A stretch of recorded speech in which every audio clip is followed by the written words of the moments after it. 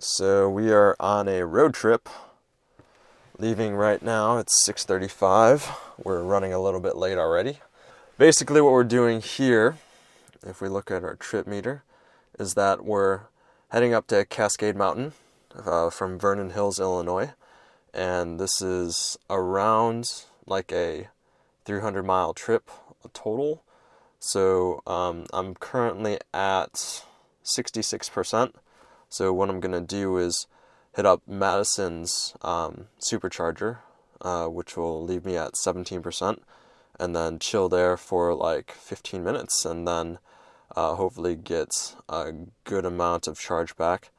And then we will head to Cascade, which is another 30 minutes north, and then hopefully that charge will be enough to get back. But if I need to get back, well, I'm kind of in a rush because I need to get back for a specific dinner, my mom's birthday. And so what we want to do here is either hit up this supercharger here in Oak Creek, Wisconsin, or we can also hit up this one here in Pleasant Prairie. So this one's 100. So what's nice is that it has a listing of what it's 150 watt max. So and then here is another one which is right off of the beaten path, 6 of 8 stalls, 120 kilowatt max. And then this Wisconsin one specifically, I believe, has 150 and a 2. There's two like right next to each other. So this one has 3, it's 120 watt max, and this one has 8. So going to this one because I think it's possible to charge a little bit faster, as well as it only being 0.2 miles down the road. So we're going to hit up that and see how it goes. So 17% is a pretty big buffer, but we will see what it actually ends up being. It'll probably tell me to taper off and stuff like that. And I can obviously run the battery a little bit lower than the 17%. Supposedly it's supposed to charge a little bit faster, but we'll see. 17% I think is a pretty good place to be at when needing to charge, but it's most likely that I'll use more battery than that's actually saying. And then right now I have one of my heated seats on, so as I understand for this particular vehicle, it takes a lot more battery to use the heater, and this is just in any car, I believe, than the actual heated seats. So like the heater meaning the climate control heater, versus the heated seats. So it takes a lot more energy to actually heat up the cabin versus heat up your seat. But basically what we're going to want to see when we get on the highway is something that's more like in the watt hour per mile range of like 300 to 350. Now the speed limit here is probably going to be more around the area of like 70 to 75 mile per hour speed limit. So I think what's going to happen on the actual navigation is it's going to want me to stay under 75 or 70 miles per hour to save more battery, because the way that the electric vehicles work is basically opposite towards a internal combustion engine, which essentially is like 70 miles per hour is like the max speed you want to go for like a decent amount of like watt hours per mile. So like that's the equivalency to miles per gallon, whereas for an internal combustion engine, miles per gallon will be really optimized by going 70 miles per hour. So something else that we should take note of is the ambient temperature outside, which is 33 degrees Fahrenheit at the moment. So if it's much colder, then we would have a lot bigger of an issue handling what the like range would be for the car. Okay, so now I'm getting a notification that I need to stay below 75 miles per hour to reach my destination. Right now it says I'll reach there with 5%, which probably means that I'll end up being there with 0% because essentially it's been going down since I started. It first started at 8%, now it's at 5%, so I've taken myself off a detour because I don't think I will make it to Madison going a decent speed. Additionally, it's getting pretty cold in the cabin. I have the heated seat baking onto one, but no climate control on to save, to be a little bit more efficient. And it keeps telling me to do things to sort of hypermile. So what I'm going to do is, contingency plan is to take a trip to this other supercharger, which has 8 stalls and nobody at it. And currently it's preconditioning my battery right at the moment. And what I'm going to actually do is turn on everything to waste more battery so that when I get to the supercharger, I have less battery. Alright, let's try to go to one of these ones further down here and see if this charges faster.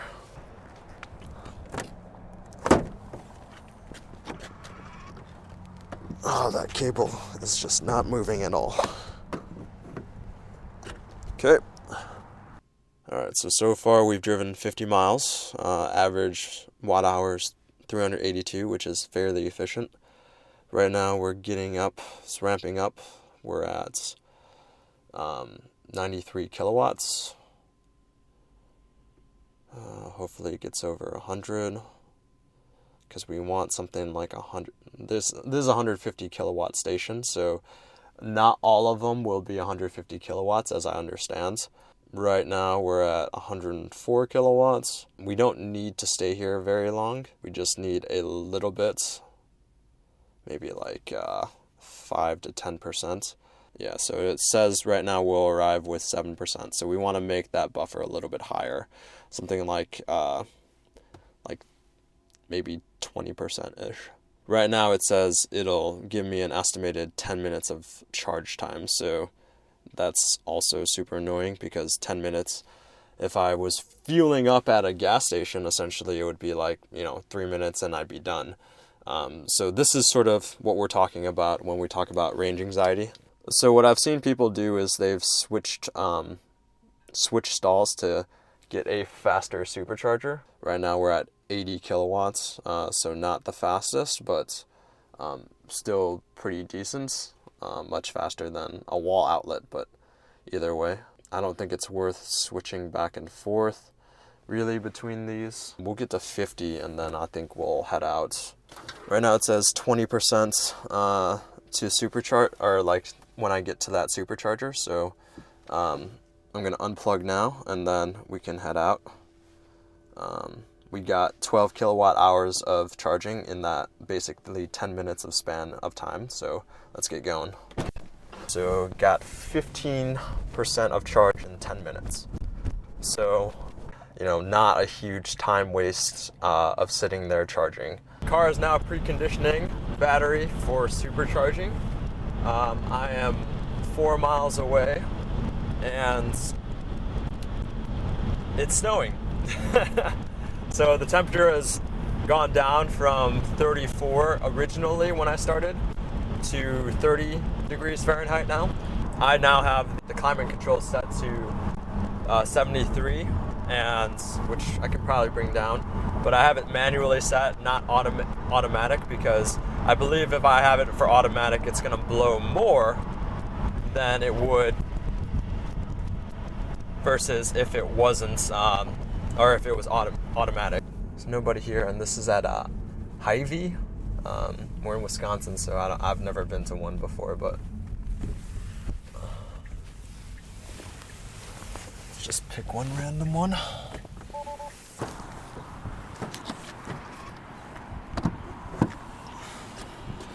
Good. supercharging, or at least thinking about it. Ramping up, we'll see what it gets to.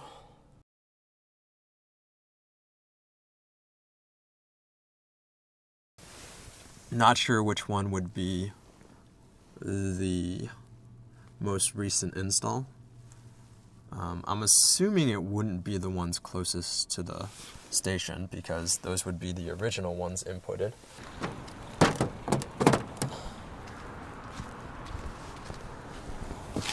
Let's actually try the last one. Might make this the only 150 kilowatt charger, so we'll see.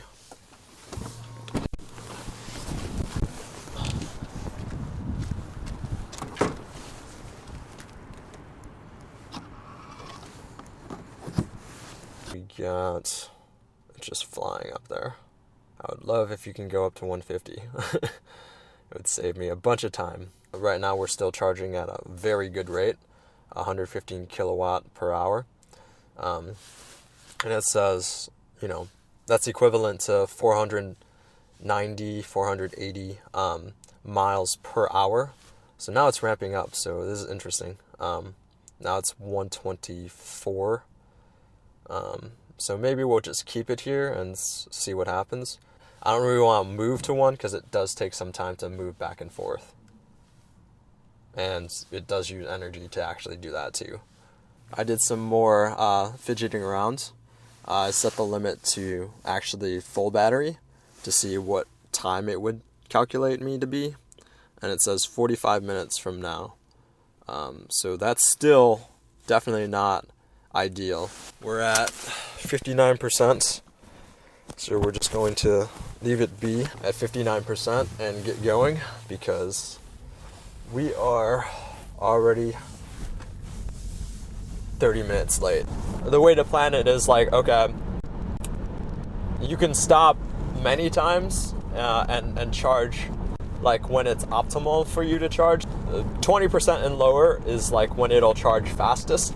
So those are really the percentages that you want to charge at to optimize your time. So for example, if you were at a gas station and let's say if you were a quarter of a tank or less, you can fill up in 10 seconds versus like, if you're more than a quarter of the tank, then it'll take you 5 minutes.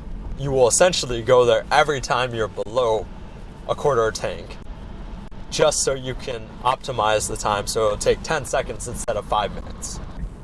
Okay, so looking at this here, it says I'll reach Cascade with 42%, which I'm basically there. And it says that I'll get back to that supercharging station with 28%, which is perfect. I think that works out well.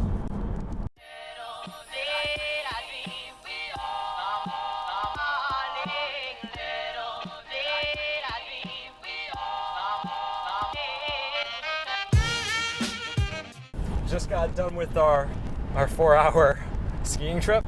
Got back into the car a little bit later than I wanted to be. And now we're sort of rushing to get to the supercharger. And from what it says here, it says I'm going to be there for around 25 minutes charging. And it has preconditioning battery for supercharging here on the screen, so we can assume that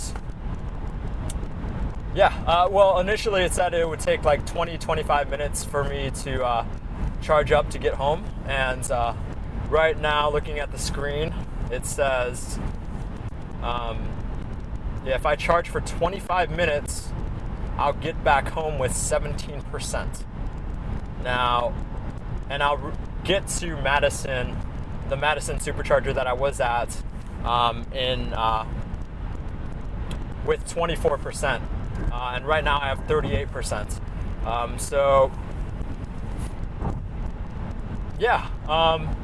That's really the trip in itself, and it's kind of unnerving that I have to be at this supercharger for that long, especially because I have to be back for a 6 o'clock dinner, and it says right now I'll be back home at 5:30. So technically, you know, everything should be fine. I should get back home in time and whatnot, but we have to add on an extra 25 minutes of me just charging. There are some stations that are V3 charging, so version 3 instead of version 2, and they will charge the car or they will be able to charge the car at the rate of 300 kilowatt per hour. So I haven't seen one of those, but if I do see one, I'll try it out and see how it works. We have arrived. Hy-Vee gas station again. Now there are people here though, which sucks. I think actually it's full-ish. Let's try it again.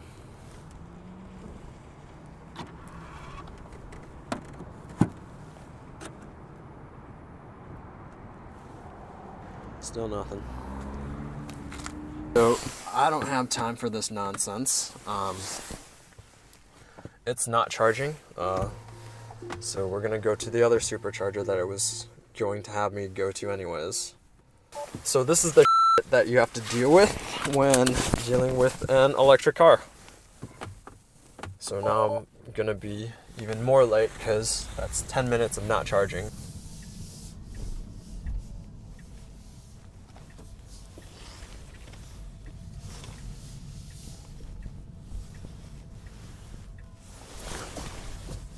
Alright, I'm gonna go for 3A. Starting to charge. Alright, we're in business. This one's gonna work. Overall, really not a great experience from this standpoint. Yeah, this thing's only charging at 83 kilowatt hours. Slight updates. It says now it wants me to stop at Oak Creek, Wisconsin. Supercharger, stop for 10 minutes, and then go to my house with 25% left. But there are 3 cars here already, 4 cars here. Alright, so this one's going to be more of a matter of getting a station that doesn't have a car next to it. 4A, so 4A, so this must be a 150 kilowatt charger. So 4A is a 100 kilowatt charger at this particular station, because we got over 120, and right now we're hovering at 135. Would great to see 150, but either way, no big deal. It's charging really quick, so that's good. Should be here for 10 minutes, and then I should end up home with 25%. That was a good experience to have. Basically, there for 10 minutes, I went from 17% to 48% in 10 minutes. So I think that is the type of experience that one would want from a supercharging session. Well, I'm gonna end the video here. And if anything changes, if anything happens that's sort of out of the ordinary, I'll give you an update on that. Let me know in the comments what you think. We'll see you in the next video.